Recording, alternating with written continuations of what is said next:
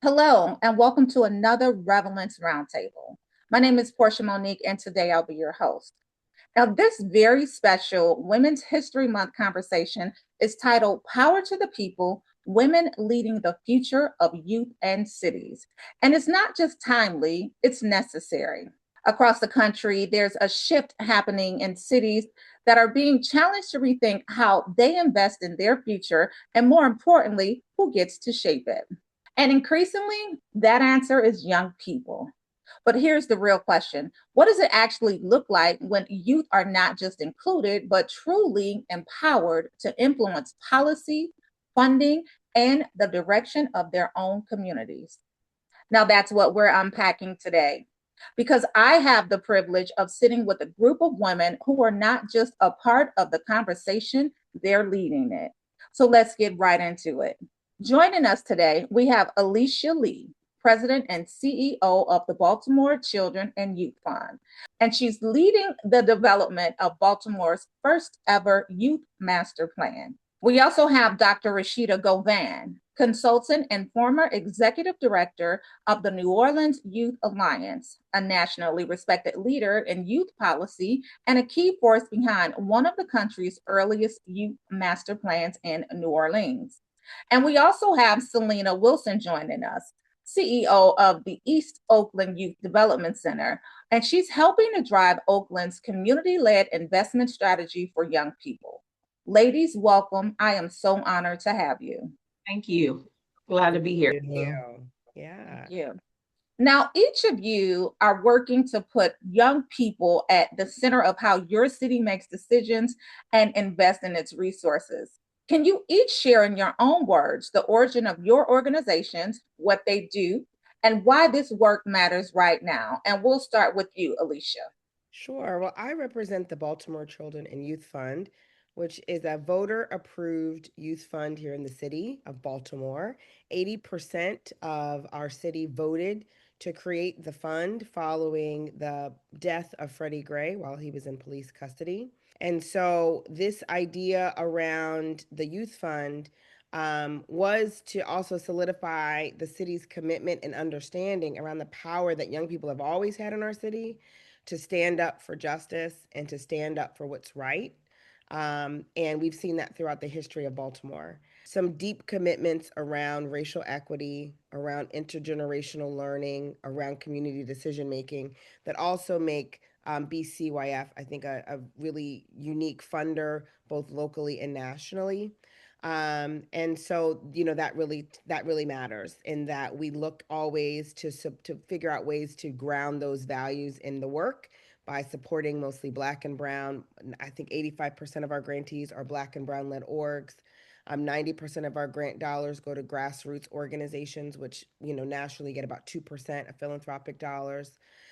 We also combine both grant dollars with what we think is the most essential component here and the biggest equity impacts around creating sustainability, right? Is to also provide professional learning, and technical assistance. So we help grant seekers to fill out applications. And once you become a grantee of ours, we provide over 300 hours annually in professional learning so that these organizations can be catapulted to the next level. The work that we do every day is to support the people who are helping other people's children in their community to reach their greatest potential. And it's work that we don't take lightly here in Baltimore. Wonderful. Thank you so much. Dr. Govan will continue with you. Thank you. The New Orleans Youth Alliance, which is a Healing Center youth development intermediary, which essentially means that we exist to support the program quality and professional development, organizational effectiveness, and policy work of youth development organizations. And one of the primary foci of the organization is to center youth voice and leadership in the work that we do. So it's our fundamental belief that work to improve the outputs or improve the quality of youth development programs cannot happen without youth giving input and insight into what that should look like. So within that organization, it was founded actually because there was a previous youth development organization that existed, or youth development intermediary that existed and shut down in New Orleans some years ago. And so what we determined from a community engagement process that was sponsored by the Baptist Community Ministries, which is a large foundation in New Orleans that supports a lot of after school programming and things like that. They led a community engagement process to figure out what is missing from the landscape. How do we ensure that all young people get access to high quality youth programs? What types of supports do you need? And out of that community engagement process, emerged this idea for the youth development intermediary that became the New Orleans Youth Alliance.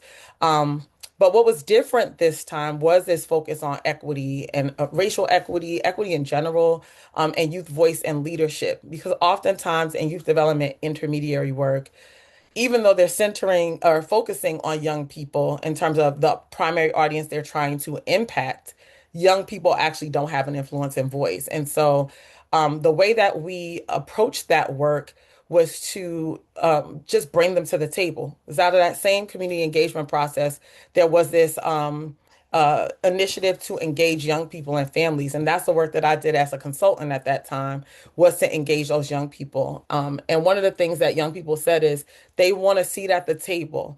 They want to be able to influence what was happening. They want to be prepared to do that. And so when New Orleans Youth Alliance was established, one of the things that I did first was to establish a youth leadership fellowship.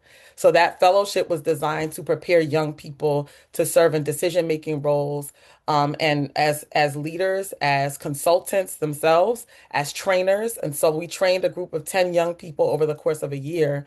And since then, we have had over 40 young people each year, 10 young people or a little bit more, who have gone on to become consultants, leaders of organizations, and they were very, very significant, played a significant role in the rollout of the Youth Master Plan. So I'm gonna leave it there, and you let me know if you need anything else. Wonderful. Thank you so much. And Selena, if you would. Yes, I'm Selena Wilson. I am very proud to serve as the CEO of the East Oakland Youth Development Center, EOYDC for short. In addition to being CEO, the title that I'm actually most proud of is alumni. So I myself started at EOYDC when I was 4 years old, and it played a key role in my development all throughout my educational and early career journey. And as amazing as people say that sounds, I'm actually not unique. Over 50% of our professional staff are EOYDC alumni. We've had many EOYDC alumni to go on to lead other organizations, companies, play key leadership roles in presidential administrations, including the Obama administration. And so the model that we have here at EOYDC is really rooted around a concept called cascading mentorship. This idea that in addition to having adults from young adults to elders serving as mentors, young people should be in positions to provide peer and near peer mentorship to each other. And this concept has really become a model, not just for our center, but a national and even international model. And all of this supports our overall mission, which is to nurture the holistic development of young people all the way from kindergarten into adulthood so that they can live lives of prosperity, integrity, and purpose. And when we talk about the holistic development of the person, of the child, we're talking about arts, wellness, education, careers, all of the things that we know it takes to become a person who can not only live a fulfilled life of their own, but contribute back to their community. We have existed for almost 50 years. We opened our doors in 1978. Conceptually, the idea started generating in the early 70s. We had community leaders at Allen Temple Church and other folks who really rallied to have this youth center, to have this space that centered youth. And we have now created this model where we have intergenerational leadership. And that's just one of many examples of the way that we have built this culture of pouring into the next generation, not only to serve as as leaders of the future, but leaders of today. So as Dr. Govan mentioned, we have youth leaders who are a part of key decision making. We consult with our young people around decisions that not only affect the center, but that affect citywide policy. And this gets into the collective impact work that we're doing through initiatives like the Rise East 10-year strategy, which includes a $100 million integrated set of strategies where we have young people weighing in and making decisions and informing how it is that we're making these critical investments and how we're executing the work. I love it. Thank you so much. Now, I do want to go just a little deeper into the type of work that you all do, right? And so we'll start with you again, Alicia. There's a lot of language when it comes to youth investment and youth voice.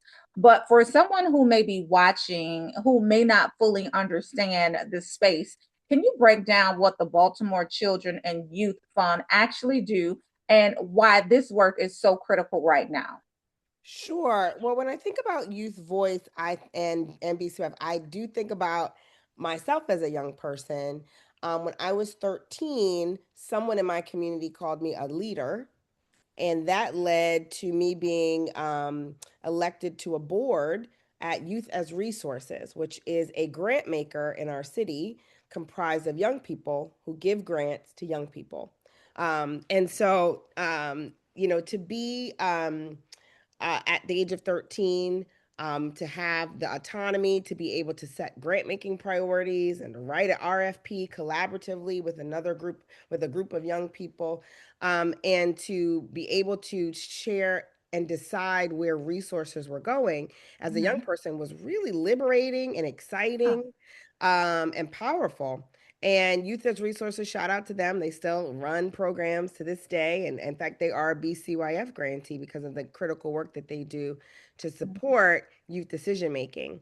And so when I came to BCYF, I came with that lens of like really understanding like young people, when they are decision makers, don't have to be tokens in those decisions. They Mhm. actually can be, they can learn just like adults what an RFP is. I mean, we Yeah. had to learn like what is a stipend? What do you mean? How do we analyze these budgets? And instead we were always looking to the adults like tell us, and they were like, here's some information, you decide, right? Yeah. And so having that experience was really transformative for me. At BCYF, we drill those things down in that we try to walk the walk and talk the talk. Our governing body, our board of directors, is comprised of young people and is intergenerational and adults working together. 25% of our board are made of young people. We also make sure that our grant decisions, we use a community grant review process. So we talked a little bit about how BCYF is run by community decision and ownership. And so our grant decisions are made by community members. They Mhm. determine where the resources go. And 40% of our community grant reviewers every year are young people as well. We also make sure that we, as an equity solution here, that we're always investing dollars into young people.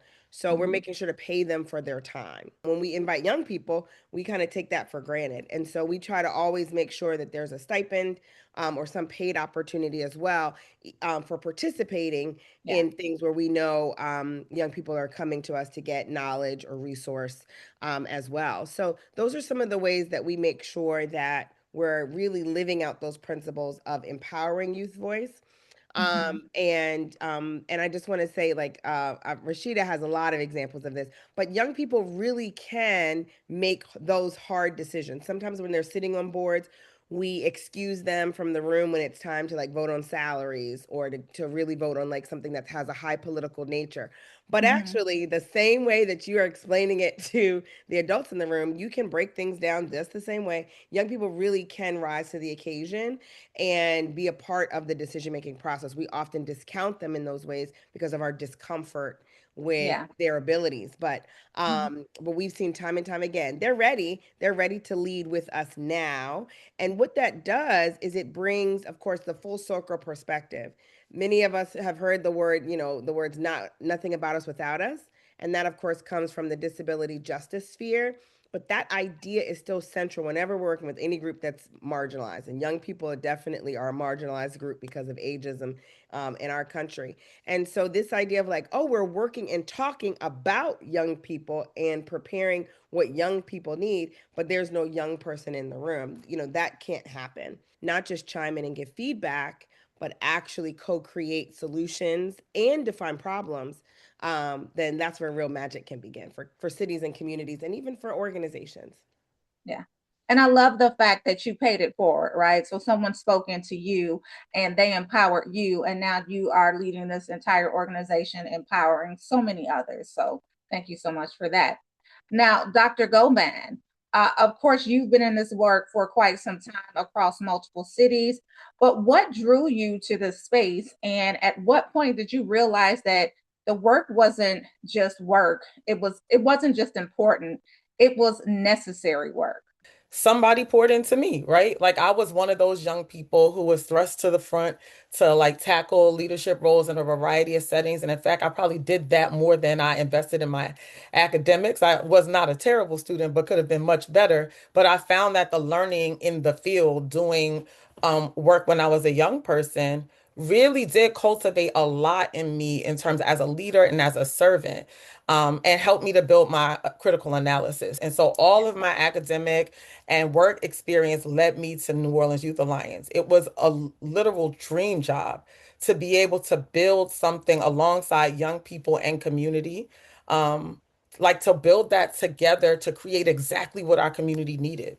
So previously, like youth development, intermediary might have done professional development and program quality, but our community said, we need more work that's healing centered. We need more work that's focused on trauma informed practice. We need work that is focused on organizing. I was really just very fortunate to be able to ideate with them in a way that we could do some transformative things in our community, including the Youth Master Plan. So when I'm thinking about where we were at the time, our organization was doing this really important work alongside young people. But there were two other organizations that were established, which is the Office of Youth and Families at the City of New Orleans under Mayor Latoya Cantrell. And then there was the Children and Youth Board, New Orleans Children and Youth Board. So in the state of Louisiana, under the juvenile justice work, children cabinets across the state were charged with developing a master plan for young people. But because it was housed within juvenile justice, it was focusing specifically on the criminal justice system. And it really problematized or like really just created this dynamic where young people were being described as a problem that needed to be solved. And our fearless leader in that space, Karen Evans, who is now retired, envisioned a much more robust and comprehensive master plan being developed. And she knew that it could not be done without young people. Like, how do we define the problems if young people are not defining the problems? They're living this experience.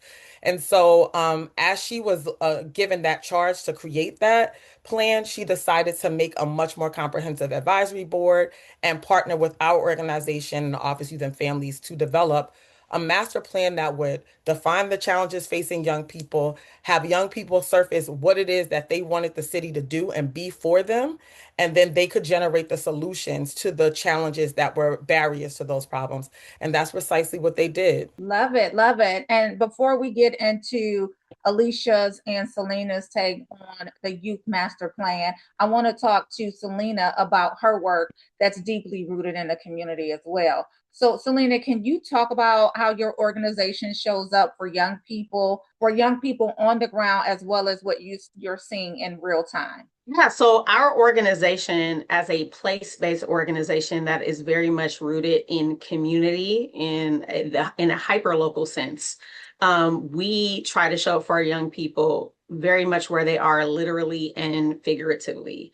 And so what that has looked like over recent years is having a presence at neighborhood school sites during the school day.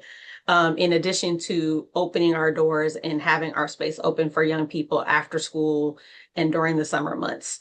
It, as I mentioned before, looks like having a team of youth leaders, to Dr. Govan's point and Alicia's point, making sure that they're paid for their time, making sure that they receive top-notch professional development training, as we would for any other person put in a leadership position, making sure that they have the supports that they need to make a meaningful change and have meaningful input in as it relates to our program design and delivery, constantly and consistently getting feedback and input and ideas to reiterate how it is that we're delivering programming. So from a organizational sense, it looks like that. However, we have recognized that, you know, as I mentioned, I grew up at the center. And when I was growing up at the center, we referred to it as an oasis. We are unfortunately in a community that, as many predominantly Black communities across the country, has experienced generations of systemic oppression. And that has looked like divestment. It has looked like over policing. It has looked like underinvestment in infrastructure. It has looked like all kinds of things that have taken us from a solid working class, predominantly Black neighborhood to one where we have the highest rates of and underemployment. We have some of the highest rates of detriment, all manners of detrimental outcomes when we think about life expectancy, quality of life, all of those things, right? And so the question for us has been in recent years, how do we move from being an oasis in the middle of what feels like, a kind of desolate, disparate landscape to really being a part of an ecosystem that transforms the entire community, right? So that it's not just I feel safe at the center, but I feel safe walking around my neighborhood. I feel safe at my school. I feel like I have opportunities. I don't feel like I necessarily have to leave permanently to have the life that I want. I feel like I can be a part of transforming my community. So what that has looked like for us is literally getting out of the building and seeking opportunities to be a part of collective impact. One of the collective impact strategies that I mentioned is called Rise East.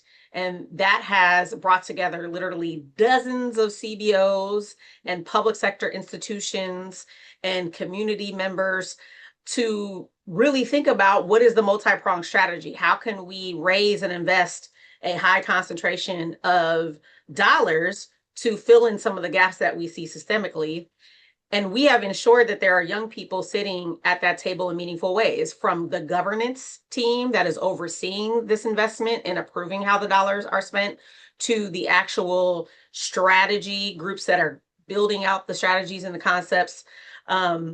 They're going to be a part of approving the grant process for the grants that are going to some of our community-based organizations. So we're really trying to make sure that they have meaningful involvement there. We're also going to be kicking off a youth power building strategy. And that very much, by definition of youth power building, has to be meaningfully led by them. And so what our job is to do, I often say, is to tell the truth to our young people. My job is to tell you the truth and to give you the skills that you need in order to then say, okay, based on the reality of these conditions, this is how we feel like we are going to make the change that we want to see. We don't want to just have surface level change. We want to grasp it at the root.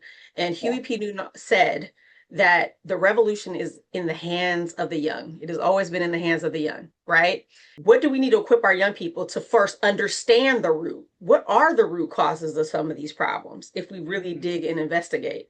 And then therefore, what are the changes that we really need to make? And how do we really capture the radical imagination of our young people? But first, how do we create the trauma-informed and healing center spaces they need to really imagine beyond the kind of colonial and oppressive thinking that sometimes we are internalizing? So we have to create all of those spaces and conditions, and then also give the young people the power, the space, meaningful decision-making that they need in order to be a meaningful part of this revolution, which is really about that root structural change. Now, Selena, you mentioned several acronyms, but one that stuck out to me that I did not know was CBO. Can you explain to us what the acronym for CBO means? Yes, my apologies. A little jargon. CBO stands for community-based organization. Community-based organizations sometimes are nonprofit organizations. They may be faith-based organizations that are doing work in the community with community members actually leading the work. And for me, I distinguish CBOs or community-based organizations from some of these more Goliath institutions that may be nonprofit, but really aren't rooted in community. And I say that to say we all have our place, right? Our county departments and school districts and larger institutions, they have been a part of the conversation, but they cannot be the ones to lead this conversation. It has to come from the community.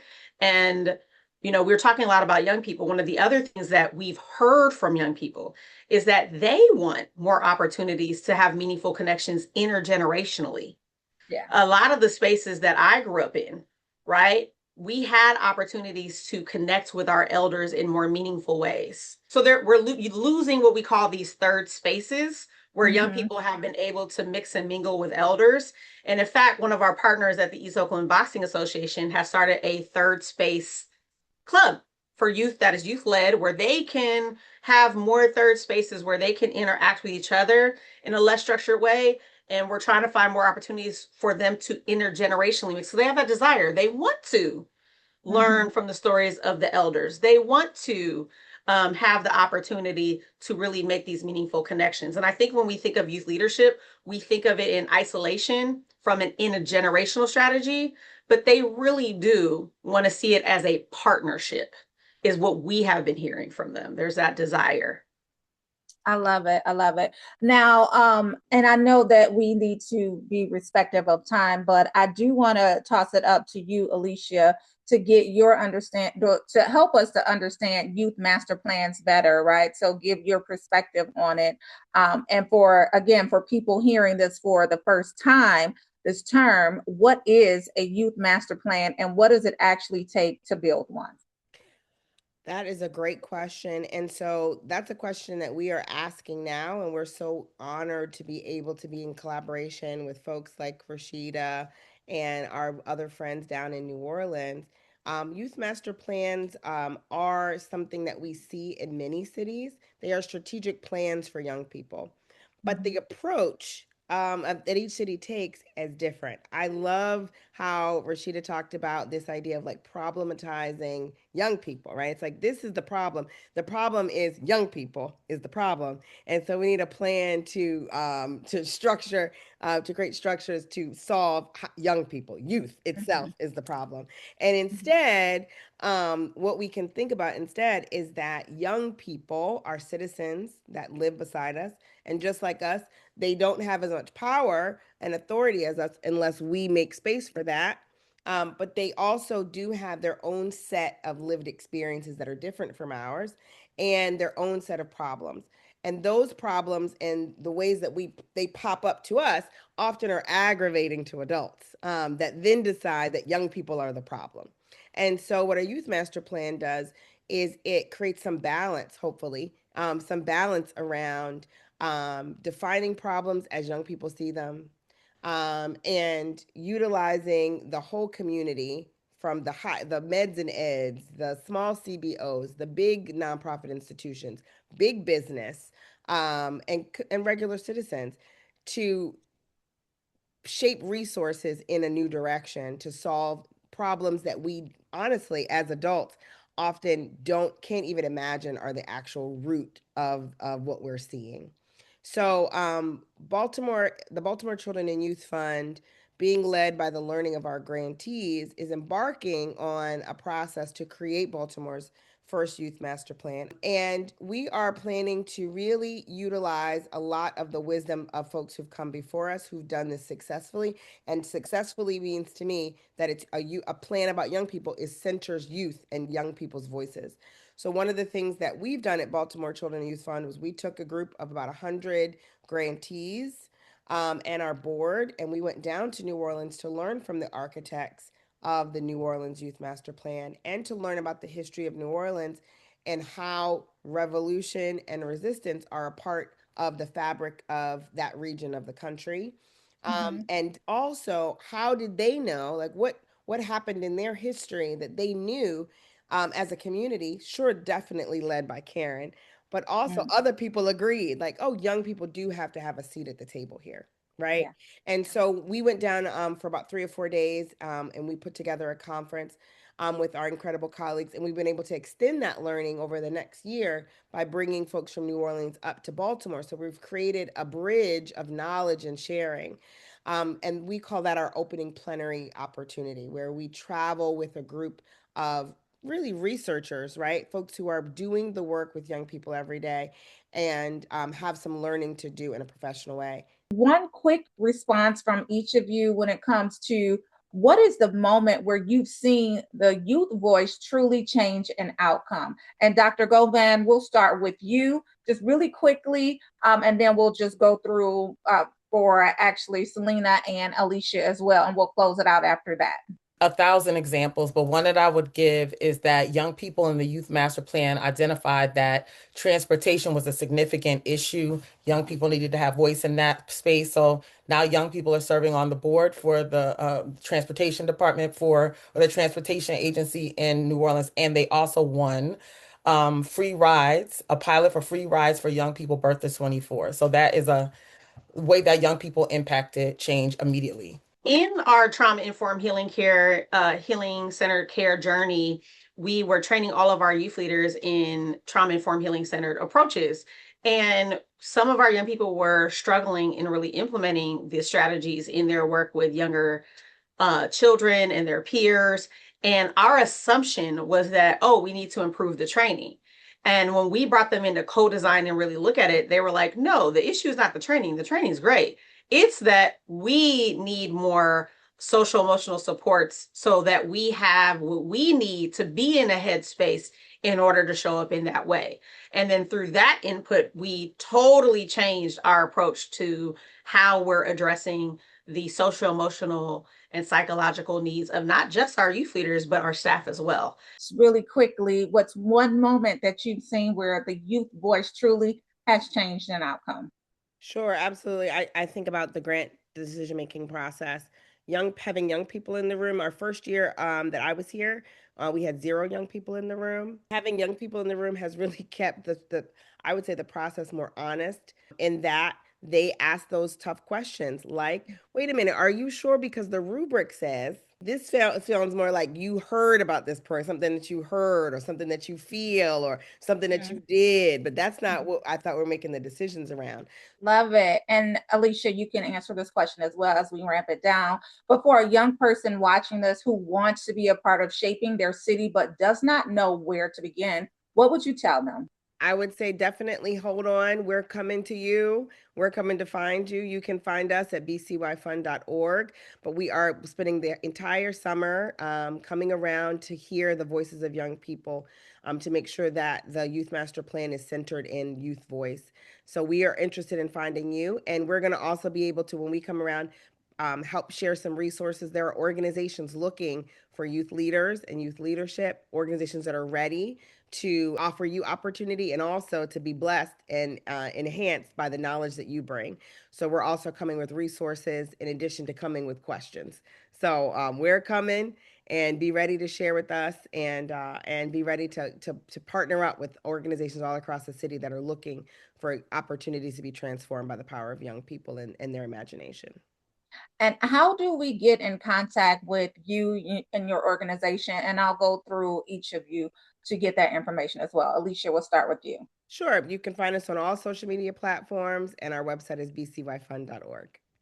Love it. Dr. Govan. You can go to noya.org, so it's noya.org. And if you're trying to figure out where you can plug in as a young person, go to youthprogramsdirectory.org. You can find out about all the youth programs in the city that way. I love it. And Selena. Yes, you can learn more about the work we do at EOYDC at www.eoydc.org. All of our socials are East Oakland Youth Development Center or EOYDC. And if you want to learn more about our collective impact work, you can go to riseeast.org. I love it. And I'm going to close us here. Hopefully we can come back and do a part 2 if you ladies are willing, because there were so many unanswered questions.